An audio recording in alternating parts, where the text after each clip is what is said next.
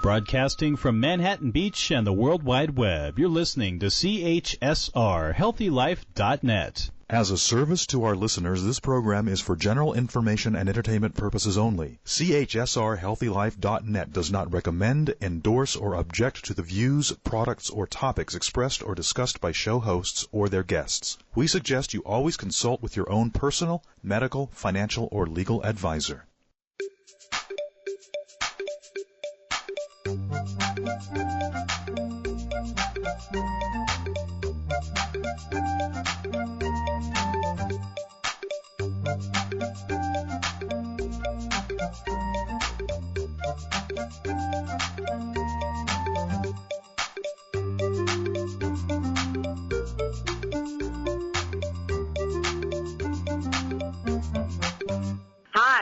Welcome to Overcoming Family. I'm Lindsay Glass. And I'm Leslie Glass.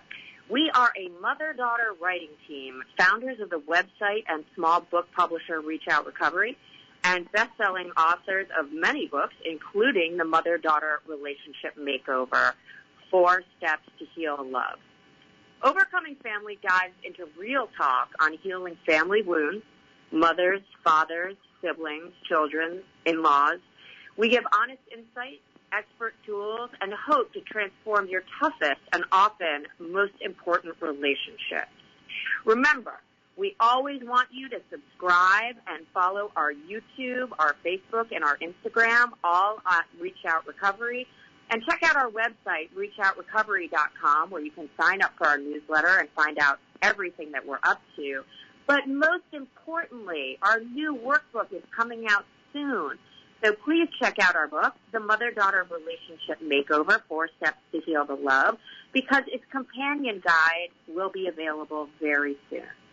So today we are talking about overcoming parents. Yes, a big issue. We're going to be talking about untangling old dynamics, healing wounds, and finding your own voice.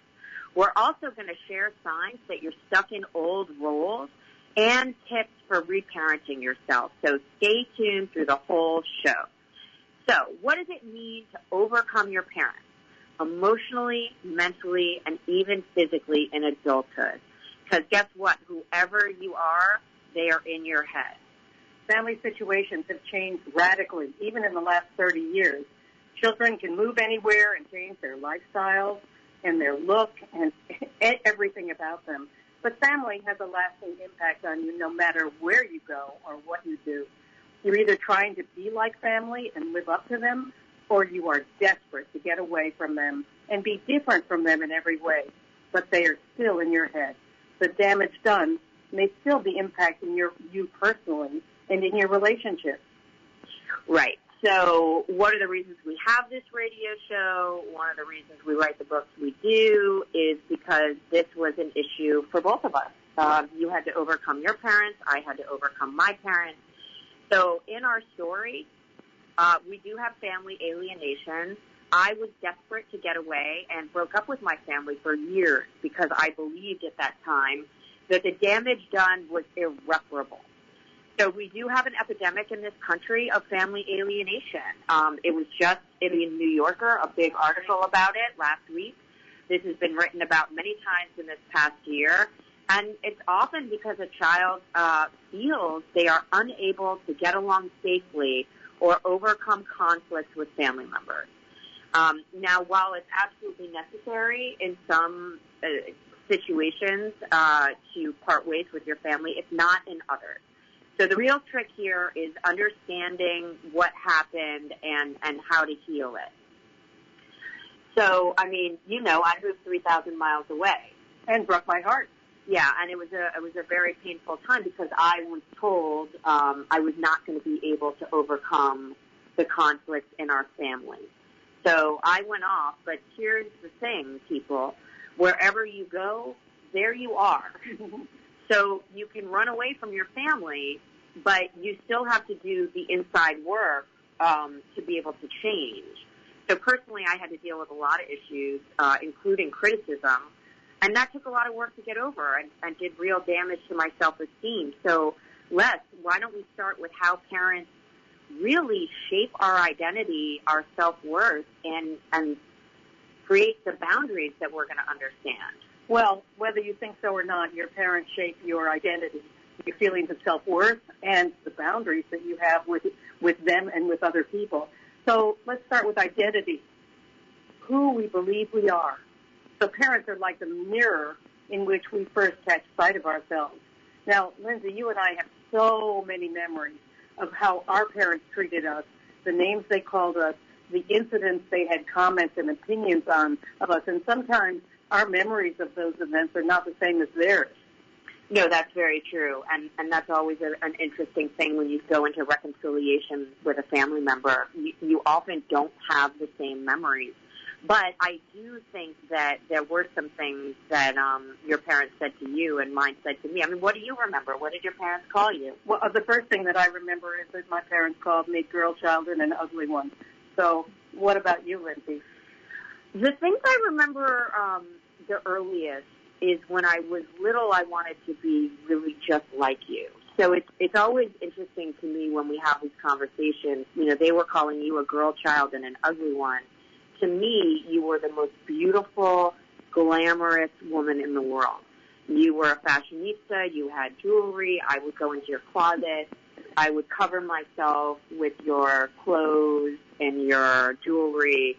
And I really just wanted to be a complete copy of you. Now, one of the things I do remember is you said I was born without a chin, and you were worried I'd need a chin implant. So it's interesting how, even though I don't think you intended any insult with that, I certainly grew up believing I was the same girl child and an ugly one that you did. Right. You were saving up for your implant. Yeah. So these things that parents say to us early on are really, really important. So I think the labels are a really important one. If you're labeled the smart one or the troublemaker or the caretaker, these are labels that can become central to your identity, even if they're not the child's authentic self. So let's just talk about this for a quick second. So I was a teen addict. My brother was very smart.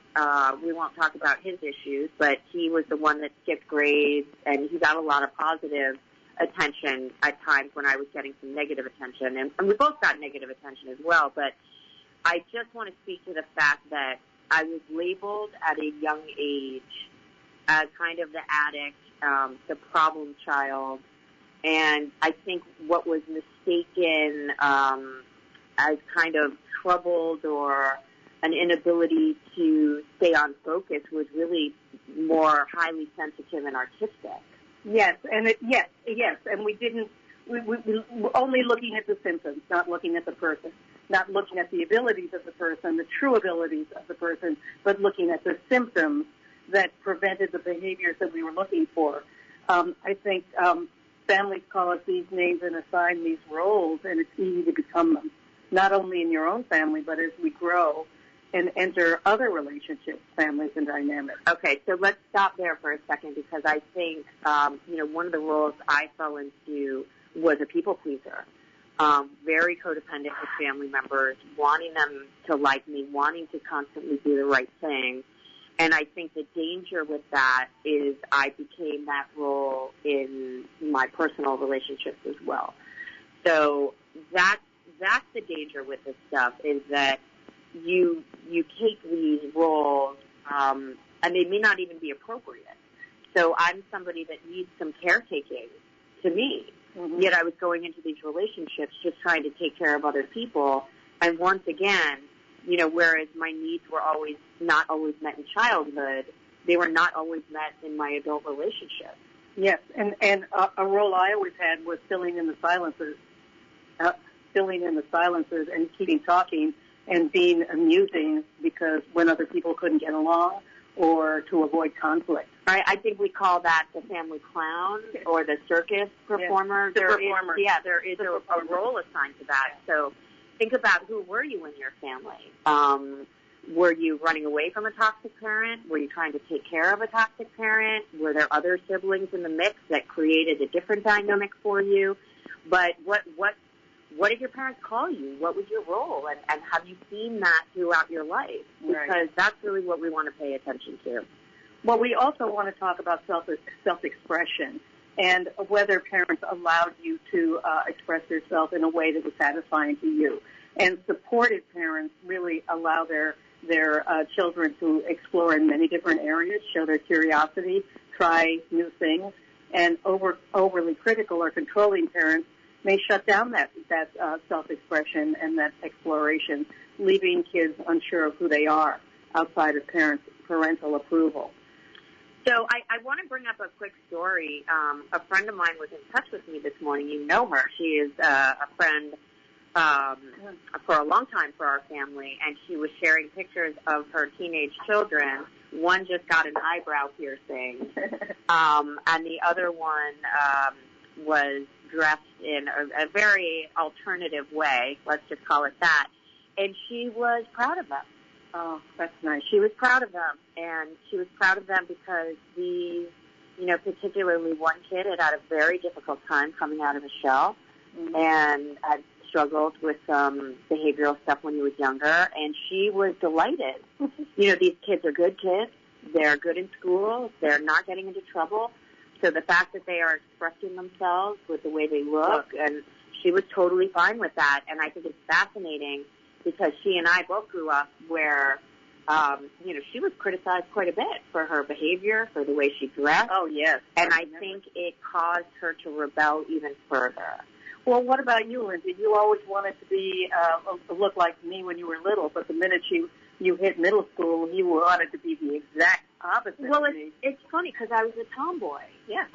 So you were very much the girls in your little outfits, and I started showing up, dressed in combat boots and baggy jeans and tracksuits, and yeah, it was very different. But you gave me permission to explore there. I did. You called me a street rat, and it sunk in. I remember. But it wasn't, I didn't think that was the worst thing in the world. I really identified the damage caused to me with having been labeled an addict, having been labeled somebody who struggled with my mental health problems, because that really seemed bad and something to be ashamed of. But you were very accepting of what I wore. My hair was every single color. I showed up to a party you were throwing with white hair, and you didn't kill me. No.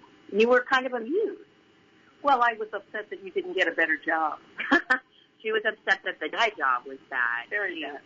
So I think, what's really important is if you treat your kid with acceptance, they're better, and they're better with their kids with that stuff. If you're constantly afraid of what's going to happen. I mean, here's the thing.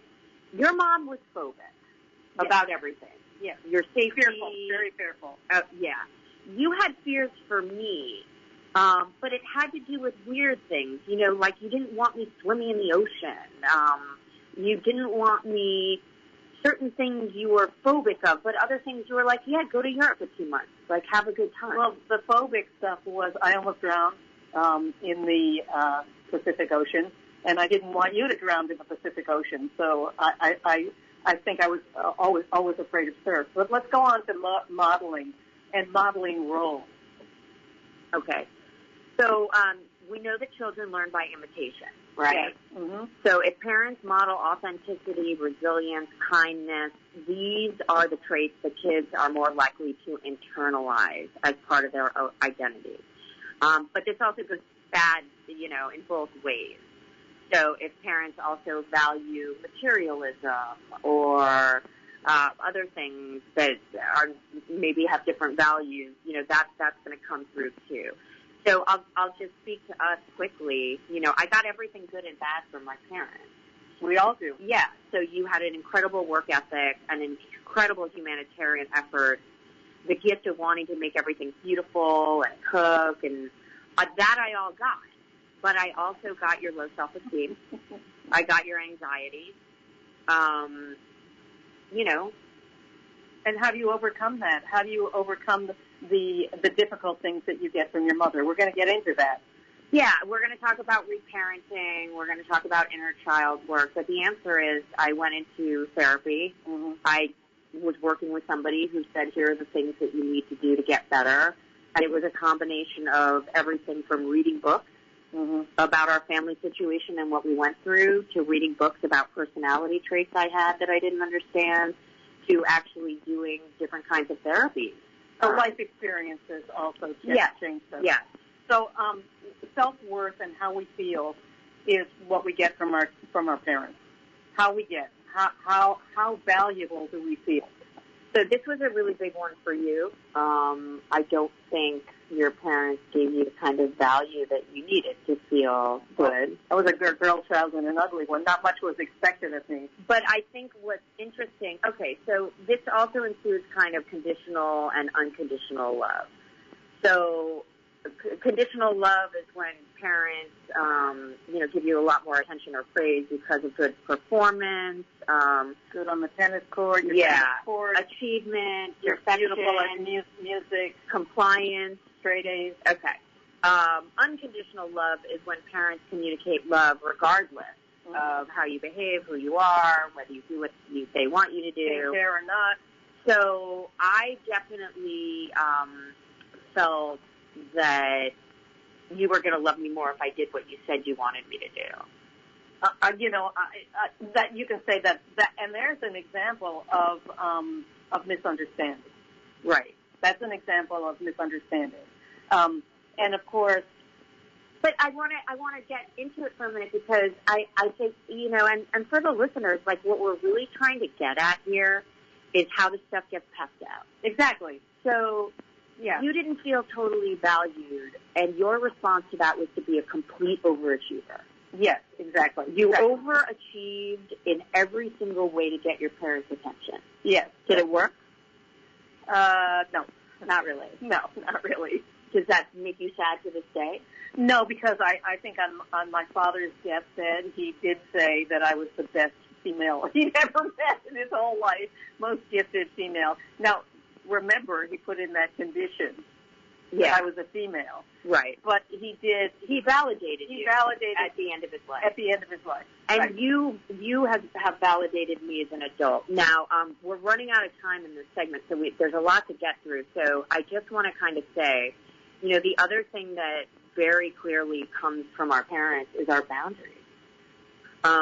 So boundaries are taught at home.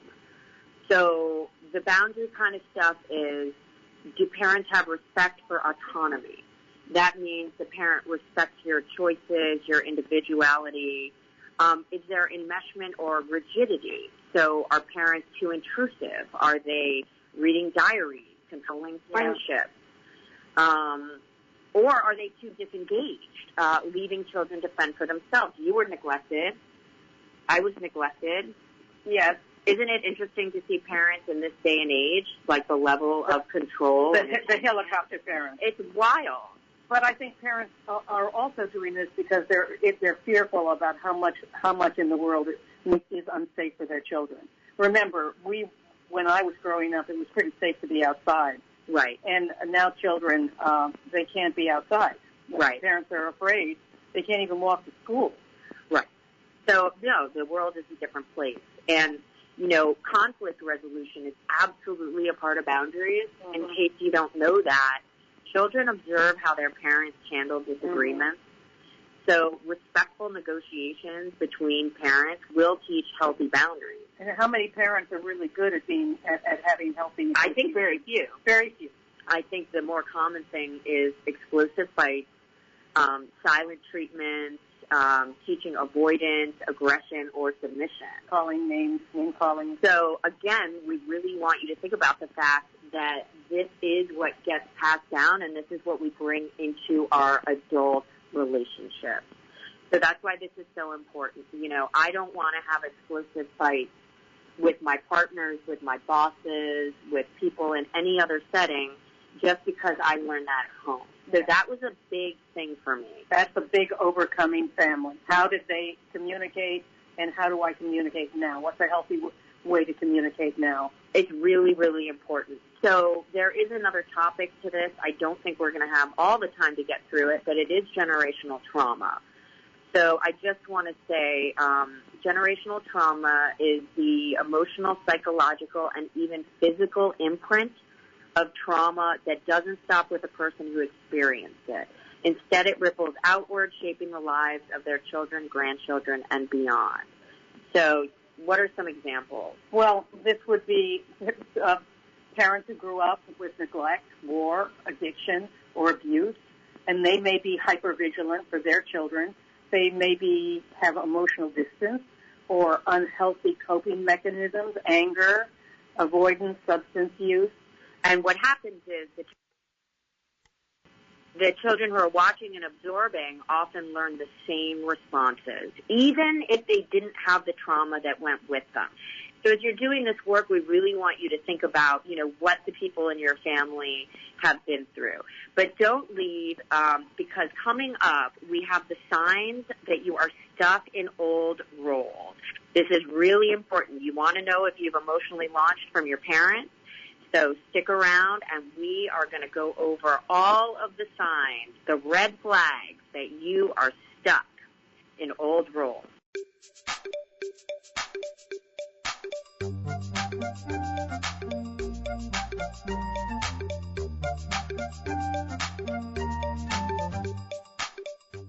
Stop enabling being codependent and being in a dysfunctional family dynamic. If this sounds like something you need, then ReachOutRecovery.com can help. A pioneer in providing wellness information and resources which address not only addiction and recovery, but mental health and relationships. ReachOutRecovery.com is your first stop for help, with over 2,000 easy-to-understand mental health and relationship articles, and award-winning self-help books, courses, and so much more. So don't wait. Visit ReachOutRecovery.com and get the help you need now. Stop enabling being codependent and being in a dysfunctional family dynamic. If this sounds like something you need, then ReachOutRecovery.com can help. A pioneer in providing wellness information and resources which address not only addiction and recovery, but mental health and relationships. ReachOutRecovery.com is your first stop for help, with over 2,000 easy-to-understand mental health and relationship articles, and award-winning self-help books, courses, and so much more. So don't wait. Visit ReachOutRecovery.com and get the help you need now. Radio your way. HealthyLife.net. There's a place called ReachOutRecovery.com, and here there is a wonderful store which has a plethora of transformative books, posters, and downloads for recovery and personal growth. There's fun things with purpose, too, like a gorgeous best-selling coloring book with journal prompts for step work healing, teen guide to health, and workbooks recommended by Oprah's Book Club. Come to ReachOutRecovery.com and visit their store. There's bound to be something you, a family member, or a friend can use. Go there now, the store at ReachOutRecovery.com. Leslie and Lindsay Glass offer a curriculum of transformational tools with 3 other books. It's a way to learn information with fun activities, discussions, journaling, and more. Whether you are an individual or a group, these curriculums have been taught successfully in recovery and reentry programs all over the country. The Teen Guide to Health and 100 Tips for Growing Up is perfect for any group working with teens. Leslie and Lindsay can even customize curriculums and teacher trainers. To get more info, use the Contact Us tab at ReachOutRecovery.com. The bright side of talk. HealthyLife.net.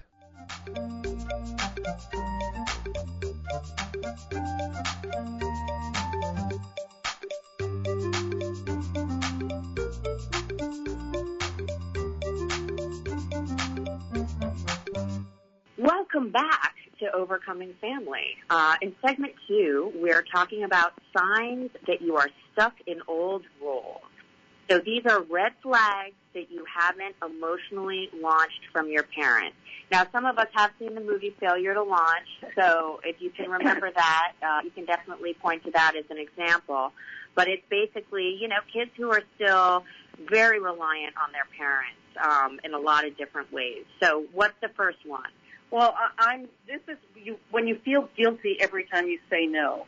So you may have parents with a lot of expectations, and I certainly did. Parents that wanted me to be there for family occasions, want to follow through with traditions like watching football every Sunday, and every time you feel guilty when you say no. And that would be like missing family events, not wanting to go to the football games, not wanting to watch somebody's children or dogs, not wanting to bail someone out of financial difficulties over and over, not wanting to travel places maybe your mother or your father want you to go. I was very guilty of all of this because I really had trouble saying no to my parents, but I did anyway, of course. But that's kind of a thing, right? When you're talking about saying no, you really have to think about why am I saying no? Like, am I just saying no because this is inconvenient, or am I saying no because this is destroying my schedule? It's taking me away from my own family. It's causing me financial trouble to help you out. Right. So I just want to distinguish that the saying no, it's finding that boundary of, hey, I want to help you, but this is bad for me. Yeah, not being able to say that. Yeah, so if you are unable to say, I can't help you because this is bad for me, yeah. I think that is definitely the red flag. So, I mean, and that is codependent and possibly enmeshed. And so many of us are enmeshed. Yeah. So here's another one. You keep secrets to avoid conflict. And how has that affected us in our lives? That's been a really big one. So if you have to, I think we bought a dog once and tried to hide it from my father. He didn't want a dog, we did. Yeah. So, obviously that wasn't the worst secret, but when you're keeping secrets, like being out late at night, I think it's more than that. I think if a parent is asking you to hide an affair, you caught one parent in an affair, you have to keep secrets about a sibling so your parents won't get upset, but it's keeping everybody in danger. Mm-hmm. I think when you're afraid to tell your parents things, and what does it come from? Like, they may be emotionally unregulated. I mean, you may be correct to be fearful of telling them, but they may not be able to handle it. Yeah. But one of the things is maybe not being able to say you're ill. Right. Not being able to say, hey, I don't want to play tennis anymore. Right. There Right. are a lot of reasons you keep secrets to avoid conflict. So, I don't like my mother. I don't like her boyfriend. I don't like whatever. Oh, that's a really big one, too. If you have to lie about who you're dating, where you're going, what you're doing. I hadn't even thought about that, but obviously, if your life is kind of secret because you don't think your parents are going to approve, that's a big deal. Okay, next one on the list, you let them control your big decision. This is, I mean, you and I have both been so guilty of this. I went to college. I went because I thought my parents would approve. It was not what I wanted to do. True. I think we both got married because we thought we were supposed to. We got married because our parents wanted us to get married. Absolutely. And how does that work out? Didn't work out For either one of us. No. So that's starter marriages. That's a really big moral, right? Yeah. You do things because you think your family is going to want you to, or you feel you don't want to disappoint them, and then you disappoint them worse. Worse. Oh my gosh. Because the divorce. Because it's not really what you wanted. No. It's not a good situation. Okay. One of the biggest ones, you feel responsible for their happiness. So is a child, an adult child, responsible? Is a young child or an adult child responsible for their parents' happiness? Absolutely not. No. And I also kind of disagree with the parent who says, I'm only as happy as my saddest child.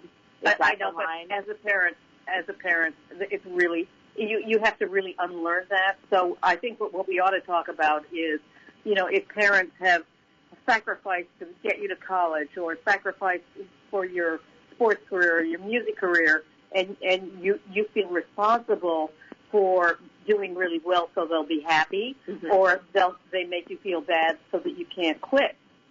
Right. I think those are kind of okay situations, though. That you say if a parent had gone to every length to help me get into college and pay for it, I think your performance matters. Oh, absolutely, and I don't think you drop out just because your boyfriend is moving to Australia. Right. I think, I think the issue is, how about you're an adult child? You don't really need to be responsible for your parent. You don't have to be responsible for... Just because they want to do something on a Thursday night, they don't have to guilt you into it. Your mom's mahjong. All right, let's move on. Okay. So, really important one, you fear their disapproval more than your own regret. Again, let's bring it back to the marriages, jobs taken, colleges gone to. I was more concerned with parents' disapproval than making a bad decision for myself. And it never goes well. It really doesn't. So the next two kind of go hand in hand. It is arguments make you feel like you're 12 years old again. But I think that leads right into you haven't established an adult-to-adult relationship. Mm-hmm. Now, do you want to explain why it's so hard for parents to treat their children like adults, even when they are?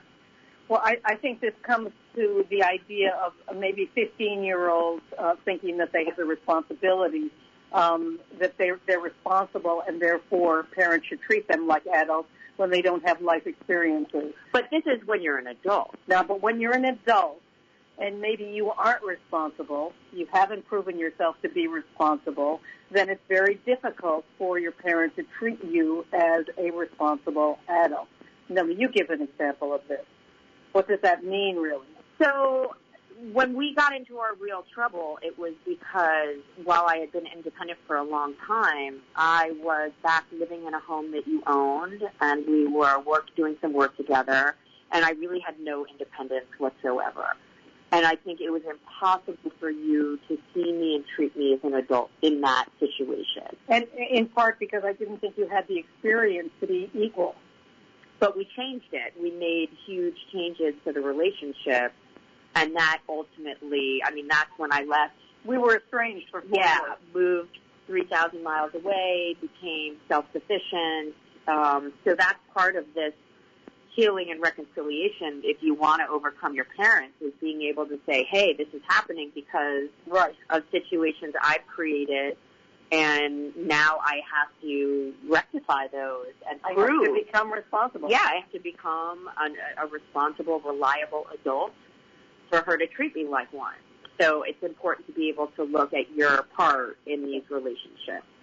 And the final one is, we touched on it before, but it kind of comes down to, religion, sexual confusion, politics. When you are hiding your own life because you are afraid of how your parents are going to react to it, or, same for anybody who has a caregiver who may not approve, religious, different sexual orientation. These are situations. Having superstitions. And don't get us wrong. I don't always know the right answer for approaching a parent when you have wildly different beliefs. But again, if you are hiding your life, that is definitely a little bit of a red flag.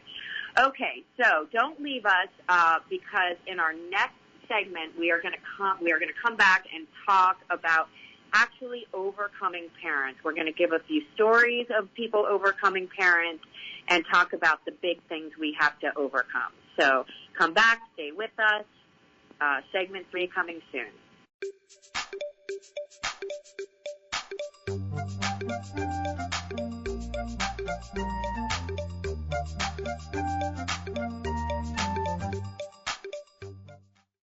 There's a place called reachoutrecovery.com, and here there is a wonderful store which has a plethora of transformative books, posters, and downloads for recovery and personal growth. There's fun things with purpose, too, like a gorgeous best-selling coloring book with journal prompts for step work healing, teen guide to health, and workbooks recommended by Oprah's Book Club. Come to reachoutrecovery.com and visit their store. There's bound to be something you, a family member, or a friend can use. Go there now, the store, at reachoutrecovery.com. Audiobooks gives you instant access to over 50,000 of the best sellers and hottest book titles in romance, mystery, fiction, and many other genres. Just visit HealthyLife.net's advertiser page and click on Audiobooks to get started. Leslie and Lindsay Glass offer a curriculum of transformational tools with 3 other books. It's a way to learn information with fun activities, discussions, journaling, and more. Whether you are an individual or a group, these curriculums have been taught successfully in recovery and reentry programs all over the country. The Teen Guide to Health and 100 Tips for Growing Up is perfect for any group working with teens. Leslie and Lindsay can even customize curriculums and teach your trainers. To get more info, use the Contact Us tab at reachoutrecovery.com. You have too little time to shop, so try Farm Fresh to You. They deliver organic food the way nature intended, delivered straight to your home or office, economically. Visit our web advertiser page and click on Farm Fresh to You now. Coming from experience, Lindsay and Leslie Glass navigated the rocky waters and found 4 powerful steps that brought back the love after things got broken, providing healing, understanding, and a way to rewrite their story. Now you can rewrite your own story using their acclaimed book, The Mother-Daughter Relationship Makeover. It addresses triggers, traumas, forgiveness, and more. Get your copy of The Mother-Daughter Relationship Makeover at reachoutrecovery.com or wherever fine books are sold. That's reachoutrecovery.com. Stop enabling, being codependent, and being in a dysfunctional family dynamic. If this sounds like something you need, then ReachOutRecovery.com can help. A pioneer in providing wellness information and resources which address not only addiction and recovery, but mental health and relationships. ReachOutRecovery.com is your first stop for help, with over 2,000 easy-to-understand mental health and relationship articles, and award-winning self-help books, courses, and so much more. So don't wait. Visit ReachOutRecovery.com and get the help you need now. Uplifting talk. HealthyLife.net.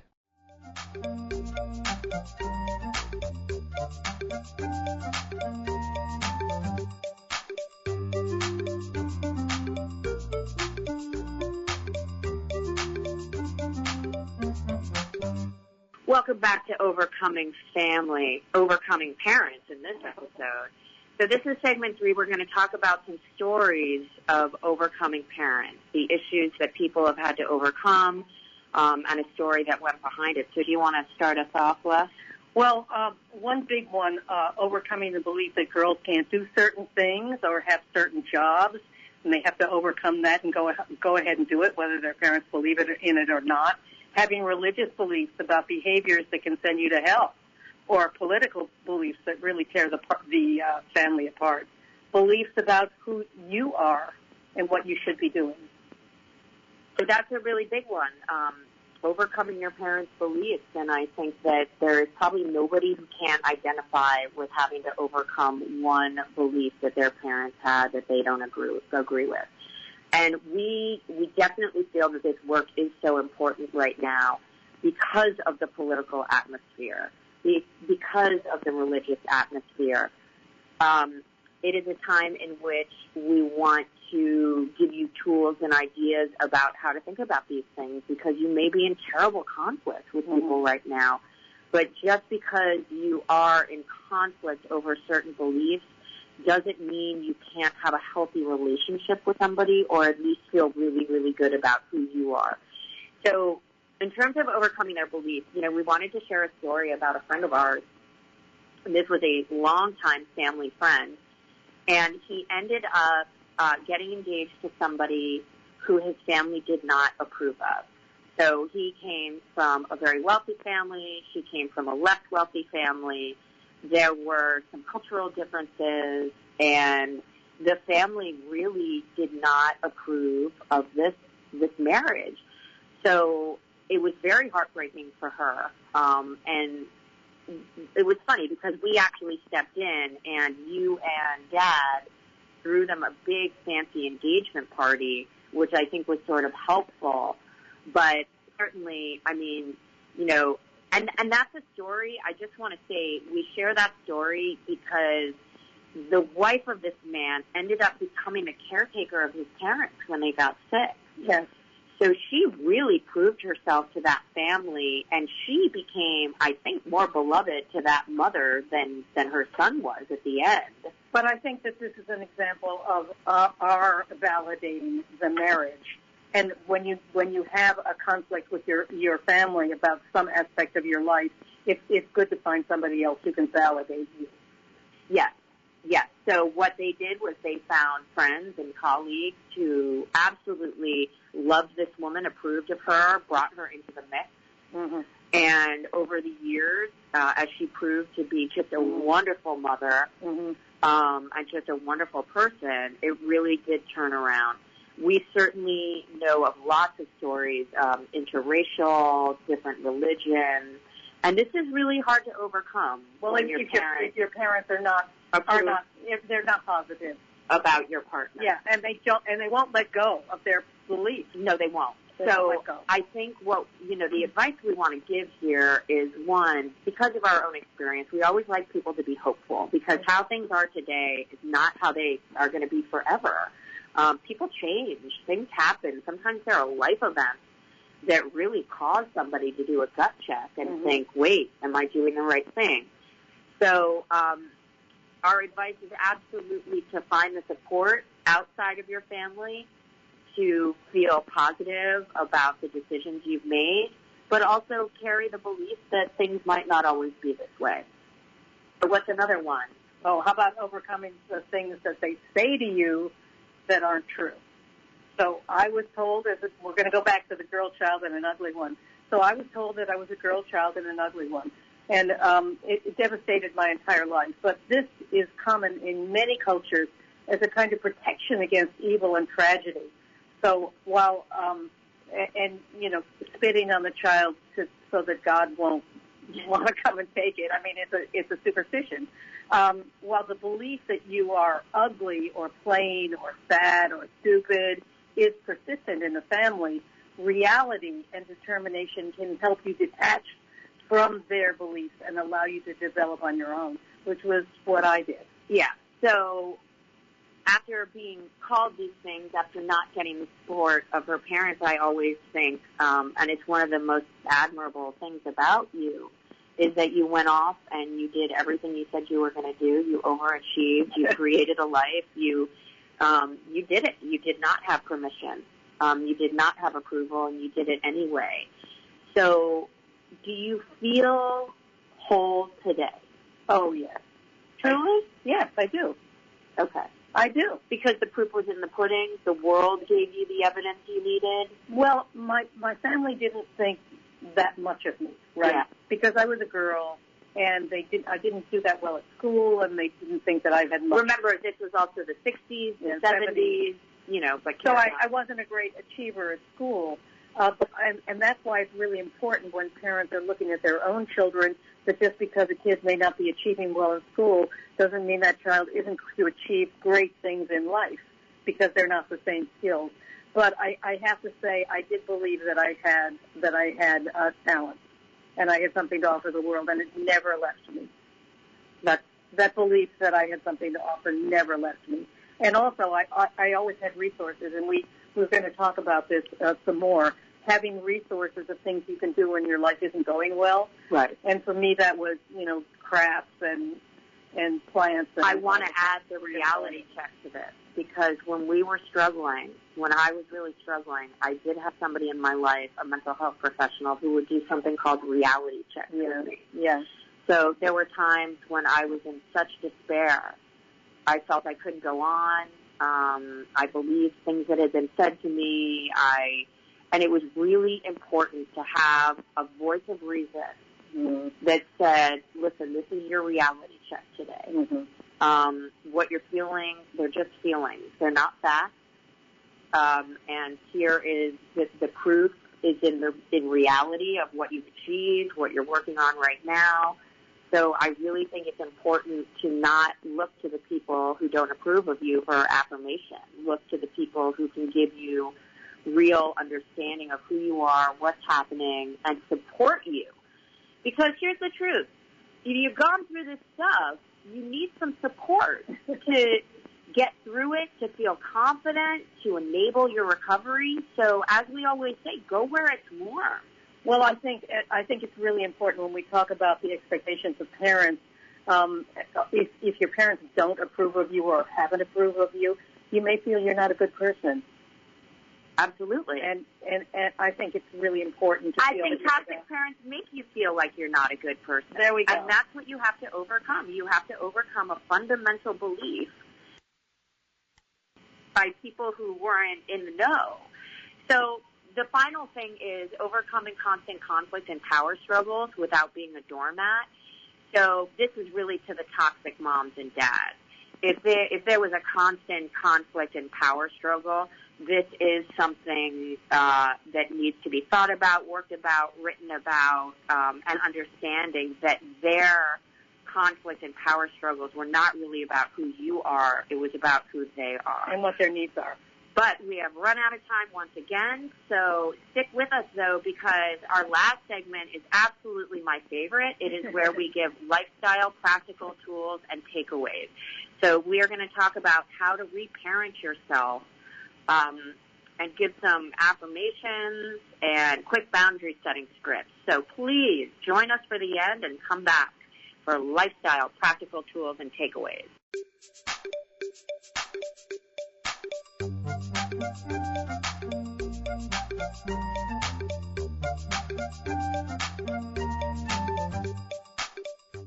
Stop enabling being codependent and being in a dysfunctional family dynamic. If this sounds like something you need, then ReachOutRecovery.com can help. A pioneer in providing wellness information and resources which address not only addiction and recovery, but mental health and relationships. ReachOutRecovery.com is your first stop for help, with over 2,000 easy-to-understand mental health and relationship articles, and award-winning self-help books, courses, and so much more. So don't wait. Visit ReachOutRecovery.com and get the help you need now. Stop enabling being codependent and being in a dysfunctional family dynamic. If this sounds like something you need, then ReachOutRecovery.com can help. A pioneer in providing wellness information and resources which address not only addiction and recovery, but mental health and relationships. ReachOutRecovery.com is your first stop for help, with over 2,000 easy-to-understand mental health and relationship articles, and award-winning self-help books, courses, and so much more.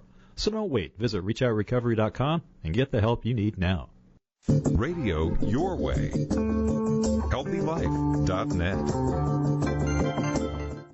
There's a place called ReachOutRecovery.com, and here there is a wonderful store which has a plethora of transformative books, posters, and downloads for recovery and personal growth. There's fun things with purpose, too, like a gorgeous best-selling coloring book with journal prompts for step work healing, teen guide to health, and workbooks recommended by Oprah's Book Club. Come to ReachOutRecovery.com and visit their store. There's bound to be something you, a family member, or a friend can use. Go there now, the store, at ReachOutRecovery.com. Leslie and Lindsay Glass offer a curriculum of transformational tools with 3 other books. It's a way to learn information with fun activities, discussions, journaling, and more. Whether you are an individual or a group, these curriculums have been taught successfully in recovery and reentry programs all over the country.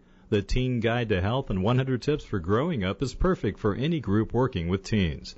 Leslie and Lindsay can even customize curriculums and teacher trainers. To get more info, use the Contact Us tab at ReachOutRecovery.com. The bright side of talk. HealthyLife.net.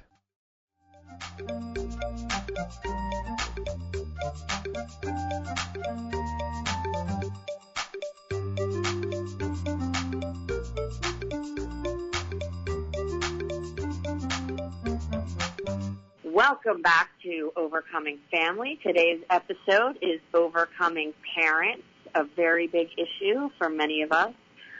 Segment 4 is our lifestyle practical tools and takeaways. We love practical tools and tips. That is what we do at Reach Out Recovery. If you are looking for self-help of any kind, make sure you look at our website. But the first thing we're going to talk about is how to reparent yourself, giving yourself the love and guidance you need. So how do we start? Wow. We do an inner child check-in. So what is an inner child check-in all about? Well, this is really asking yourself, when you have negative feelings about yourself, what age does this feeling belong to? You want to explain that, Lindsay? Absolutely. When I went into therapy to deal with some of these issues, I did some inner child work with a therapist. And what that really meant is she would say, you know, at what point in life did things start going wrong? And we chose the age of 10 for me. So she would say, let's invite 10-year-old Lindsay into the room. And when something I was having feelings about, she would say, well, what would 10-year-old Lindsay think about this? Or if I was dating somebody, she would say, would you want 10-year-old Lindsay to go out with this person? And it really helps you reframe yourself to think about yourself as an innocent, as somebody who needs love and caring. So the inner child check-in, yeah, it's exactly, you know, pausing when you're upset and saying, what age does this feeling belong to, or speaking to yourself as you would a small child and saying you're safe now, I've got you, and you can certainly create a journal page or a voice memo where listeners can talk back to their inner child and give them the advice that you wish you were given. So I would have said to 10-year-old Lindsay, no, don't go out with, or 10-year-old Lindsay would have said to me, don't go, I don't want to go out with this guy. So I would say as the parent, Lindsay, you do not have to go out with this guy again. And then you're able to have a conversation with yourself. And I would say to 10-year-old Leslie, you are not a girl child and an ugly one. There you go. So what is a self-compassion script? I mean, this is not something that we talk about every day. So okay, so reparenting yourself also means, I remember when I was in therapy and I would say these things, and the therapist would say, whose voice is that? Ooh. And it made me realize I wasn't actually talking to myself in my voice. I was talking to myself in the critical voice that had been one of my parents. Wow, self-talk, negative self-talk. So we are replacing the inner critic with nurturing language. Instead of I'm such an idiot, you say, wow, I am doing so much because I care so much, and it's easy to make mistakes when you're doing so much. Oh, wow. So this is positive self-talk. Yeah. Okay, so the next tip is about routines. Routines. Oh, routines. In dysfunctional families, there's often a lack of structure, which leaves adults feeling chaotic. Lindsay, this is one of the things that you talk about so often, which is creating routines to reinforce new ideas and change perspectives. Absolutely. I feel confused, unsure when I'm not in my routine. I have recovery routines, I have morning routines, I have bedtime routines, and these are things that help me feel safe. And I have eating routines. What am I going to eat today? What's good for me? I really think that the consistent routines, will help you sleep at night as well. So make sleep hygiene. So make a ritual checklist. What am I going to do every day? Am I going to read a recovery slogan? Am I going to take a nap? Am I going to do skincare? Am I going to do yoga? Am I going to journal? Which is, how can I take care of myself today? Exactly. All right, boundaries as parenting yourself. Wow. Oh, imagine you're the parent protecting your younger self. Oh, wow. If I were just my mom and I could protect my little ugly Leslie self. So, all right. What would I ask? I would say, what boundary can I set to keep my child safe? Lindsay, what boundary? What's the tool for that? Well, you can role play. You can write letters to your inner child explaining the boundary. But again, it's all about clarification and creating kind of parenting guidelines for yourself. Mm-hmm. How do you protect yourself? Next up is the good enough standard. We're perfectionists. And it's like not even a blessing, it's a curse. Mm-hmm. Whether you're cooking, whether you're writing, whether you're doing your hair, it can always be better. Mm-hmm. And that is a way of judging yourself that I think is really constant and detrimental to well-being and self-esteem. So many adult children of alcoholics, addicts, perfectionists push themselves too hard. Mm-hmm. So you really want to teach yourself good enough is safe enough. I've worked enough today. Yeah, good enough is enough. Yeah. We really work on this today. Yeah. Saying we've done enough work today. Mm-hmm. We've worried about this enough today. Mm-hmm. Let's really give ourselves and our minds a break. Okay, next one is reparenting through play. Oh, this is my favorite. So many times when you grow to be an adult and you have children, you forget joy. And children thrive on it. This is the most important thing for children, but it's also the most important thing for parents and for adults. So being playful and doing playful things are really, really important. And I remember there were many, many things that we did for fun. One of them was listening to music and dancing around. Absolutely. But no, I had a friend who gave me a book to draw in this year, and I found incredible pleasure from it. So, I have a friend that salsa dances. Well, remember games. Yeah.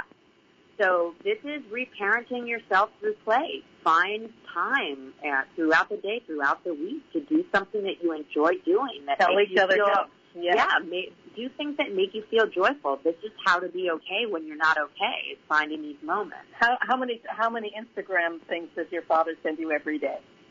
Sometimes 1,000. He's trying to play. Yeah. Soothing versus numbing. This is really important, especially for us people in recovery. What is the difference between healthy self-soothing and numbing? So numbing is scrolling, it's over-drinking, it's overworking, it's using substances. Healthy self-soothing is yoga, a bath, breath work, calling a friend, doing recovery work. So the tool here is you can make a sheet, make 2 columns, and one says soothers, one says numbers. Write down what you do on both sides, see how balanced it is, and pay attention. If you are numbing more than you are soothing, something to pay attention to.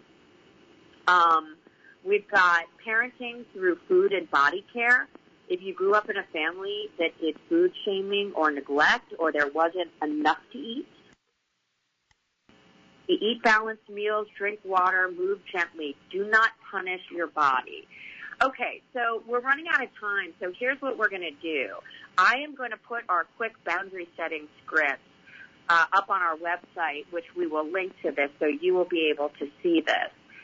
So we're kind of running out of time today, and we want you to know that there are many, many things you can do to overcome your parents.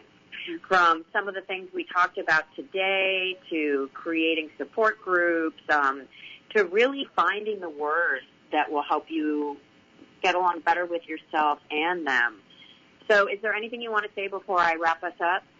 Well, come back and visit us, visit our website, come back next time. We just love being here and being with you. So if you have questions or that you would like us to take up on this radio show, please email us. And you can find us at reachoutrecoverymedia@gmail.com. You can find us at our website, reachoutrecovery.com, and sign up for our newsletter. Please follow and subscribe to all of our channels. And again, check out our book, The Mother-Daughter Relationship Makeover. The workbook is coming out soon. These are the books that started all of this work that can transform your relationship and that can really create a new lease on life for you, no matter what you've been through in your life and with your family. So, goodbye, and we'll see you soon.